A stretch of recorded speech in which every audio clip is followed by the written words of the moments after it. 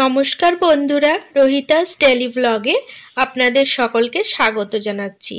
আজকে আমি পালং পনিরের রেসিপি শেয়ার করেছি। রেসিপিটি খেতে যতটা সুস্বাদু, এটি বানানো কিন্তু ভীষণই সহজ। তো পুরো ভিডিওটি দেখুন, আশা করছি ভিডিওটি আপনাদের ভালো লাগবে। তো পালং পনির বানানোর জন্য পালং শাক ভালো করে পরিষ্কার করে ধুয়ে কেটে রেখেছি। এবার আমি ওভেনের ওপর একটি কড়াই বসিয়ে দিয়েছি আর এতে জল গরম করতে দিয়েছি। তো জল গরম হয়ে গেছে ভালো মতো। এবার পালং শাকগুলো এই জলের মধ্যে দিয়ে দেব। তো বন্ধুরা, ভিডিওটি যদি ভালো লাগে তাহলে অবশ্যই একটা লাইক করে দেবেন আর আমার সাথে থাকার জন্য চ্যানেল সাবস্ক্রাইব করে বেল নোটিফিকেশনটা অবশ্যই অন করে রাখবেন, তাতে আমি যখনই নতুন ভিডিওর আপলোড দেব তার নোটিফিকেশন আপনারা সকলের প্রথমে পেয়ে যাবেন। আর ভিডিওগুলো কিন্তু আপনাদের সময় সুযোগ মতো দেখে নিতে পারবেন। তো পালং শাকের মধ্যে অল্প পরিমাণে লবণ দিয়ে দিচ্ছি। এবার পালং শাক 2 থেকে 3 মিনিট গরম জলে ভাপ দিয়ে নেব। তো এই ভাপ দেওয়ার সময় এতে লবণ না দিলেও চলবে, কিন্তু আমি অল্প পরিমাণে লবণ দিলাম। তো এটা হোক, ততক্ষণে আমি মশলাটা বানিয়ে নেব। তার জন্য মিক্সিং জারে আদা দিয়েছি আর এখানে রসুন দিয়েছি। রসুনের পরিমাণ দেখতে পাচ্ছেন বেশ খানিকটা দিয়েছি। একটি বড় সাইজের টমেটো কুচি দিয়ে দিলাম আর ঝালের জন্য 2টো কাঁচা লঙ্কা দিয়ে দিচ্ছি। এবার মশলাটা পিষে নেব। তো ঝালটা অবশ্যই আপনারা আপনাদের পছন্দ মতো কম বেশি করে নেবেন। এখানে দেখতে পাচ্ছেন মশলাটা বানিয়ে নিয়েছি। এদিকে 2 মিনিট হয়ে গেছে আর এখানে পালং শাক খুব ভালো মতো ভাপ দেওয়া হয়ে গেছে। তো এখন আমি জল থেকে পালং শাকগুলোকে ছেঁকে তুলে নিচ্ছি। তো পালং শাক তুলে নেওয়ার পরে এই ভাপ দেওয়ার যে জলটা থাকবে সেই জল আমি ফেলে দেব না, এই জল আমি রান্নায় ব্যবহার করব। তো এই জলটাকে একটি পাত্রে ঢেলে রাখছি। তো বন্ধুরা, এদিকে দেখতে পাচ্ছেন পালং শাকগুলো ঠান্ডা হয়ে এসেছে। খুব বেশি ঠান্ডা হয়নি, কিন্তু যতটুকু ঠান্ডা হয়েছে যথেষ্ট। এবার আমি রান্নাটাই শুরু করব।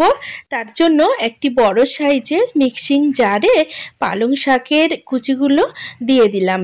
এবার এটিকে স্মুথ একটি পেস্ট বানিয়ে নেব।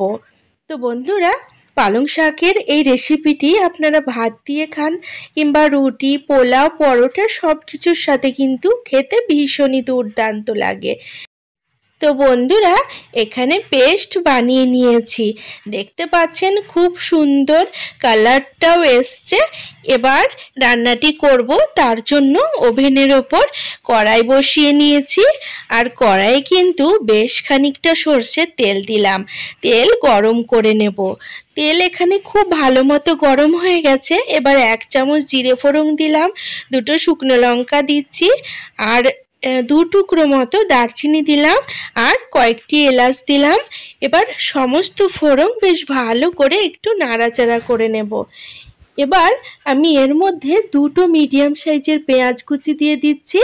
এবার পেঁয়াজটাকে বেশ লাল করে ভেজে নেব। যেরকম বেরেস্তা ভাজে ঠিক সেই রকম লাল করে পেঁয়াজগুলো ভাজবো। তো বন্ধুরা, এই পালং পনির আপনারা যদি নিরামিষভাবে রান্না করতে চান সেক্ষেত্রে পেঁয়াজ আর রসুনটা দেবেন না, তাতেও কিন্তু ভীষণই সুস্বাদু হবে এই রান্নাটি। পেঁয়াজ এখানে ভাজা হয়ে গেছে। এখন আগে যে মশলাটি বেটে রাখলাম সেই বাটা মশলাটা এই পেঁয়াজের মধ্যে ঢেলে দিচ্ছি। এবার 2-3 মিনিট নাড়াচাড়া করে নেব মিডিয়াম ফ্লেমে, যাতে আদা রসুনের কাঁচা গন্ধ চলে যায়। এবার এর মধ্যে জিরে গুঁড়ো দিয়ে দিচ্ছি, কাশ্মীরি লঙ্কার গুঁড়ো দিয়ে দিলাম আর কালারের জন্য হলুদ দিয়ে দিলাম। অবশ্যই স্বাদ অনুযায়ী লবণটাও দিয়ে দিতে হবে। এখন সমস্ত উপকরণ বেশ ভালো করে কষিয়ে নেব। তো তরকারিটা খেতে কতটা সুস্বাদু হবে সেটা কিন্তু সম্পূর্ণভাবে নির্ভর করছে এই মশলা কষানোর ওপর। তো বন্ধুরা এবার কিন্তু স্বাদ মতো 1 চামচ চিনিও দিয়ে দিলাম। তো বন্ধুরা মশলাটা ভালো করে কষিয়ে নিতে হবে। আমি দেখতে পাচ্ছেন এখানে মশলাটা খুব সুন্দর করে কষিয়ে নিয়েছি, মশলা থেকে তেল ছেড়ে এসেছে। এখন এর মধ্যে আগে থেকে পালং পাতার পেস্ট দিয়ে দিচ্ছি। এই পেস্ট দেওয়ার পরেও আরও 2 থেকে 3 মিনিট নাড়াচাড়া করে নেব। তো বন্ধুরা ভিডিওটি ভালো লাগলে অবশ্যই আপনারা আপনাদের নিকটবর্তী আত্মীয় স্বজন বন্ধু বান্ধবের সাথে ভিডিওটি শেয়ার করবেন, যাতে তারাও এই সুস্বাদু রেসিপিটি বানানোর সুযোগ পায়। এখানে দেখতে পাচ্ছেন পালং শাক 2 থেকে 3 মিনিট নাড়াচাড়া করে নিয়েছি, কালারটাও কিন্তু খুব সুন্দর এসেছে। এখন আমি কাঁচা পনির এর মধ্যে ঢেলে দিচ্ছি। আপনারা চাইলে এখানে পনির ভেজে নিতেও পারেন, তবে কাঁচা পনির দিয়ে পালং পনির বানালে সুস্বাদু হয় বেশি। আমি কিন্তু এখানে প্যাকেটের পনির ব্যবহার করেছি, আপনারা চাইলে ফ্রেশ পনির দিয়ে পালক পনির বানাবেন, সেক্ষেত্রে স্বাদ কিন্তু মারাত্মক ভালো হবে। তো পনির দেওয়ার পর কিছুক্ষণ নাড়াচাড়া করে নিয়েছি। এখন আগে যে পালং পাতা সেদ্ধ করার জলটা ছিল সেই জলটা এর মধ্যে ঢেলে দিলাম। জল দেওয়ার পরে কিছুক্ষণ নাড়াচাড়া করে নেব। আপনারা যদি জল না দিতে চান সেক্ষেত্রে নাও দিতে পারেন। তো জল দেওয়ার কারণে একটু ঢাকাও লাগিয়ে দিচ্ছি, কারণ পালং পনির প্রচণ্ড ছিটে আসে আর পুরো রান্নাঘরের চারিদিকটা নোংরা হয়ে যায়, আর গায়েও কিন্তু প্রচণ্ড পরিমাণে ছিটে আসে, যার কারণে একটু ঢাকা দিয়ে এই রকমভাবে রান্না করলে ছিটেটা একটু কম আসে। তো 2 মিনিট ঢাকা দিয়ে রান্না করার পরে দেখতে পাচ্ছেন এর কালারটা কিন্তু খুব সুন্দর এসেছে, আর এটা অনেকটা গ্রেভি ঘন হয়ে এসেছে।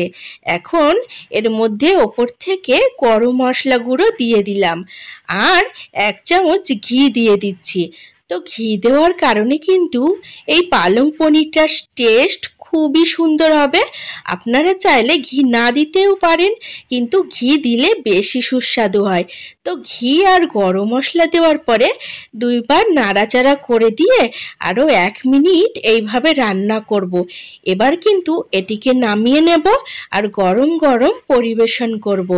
এটি গরম ভাত কিংবা রুটি, পরোটা, পোলাও সব কিছুর সাথে খেতে কিন্তু খুব ভালো লাগবে। আপনারা কিন্তু এইভাবে পালং পনির বানিয়ে পরিবারের সকলকে খাওয়ান। আশা করছি সকলে ভীষণই পছন্দ করবে আর খুশিও হবে।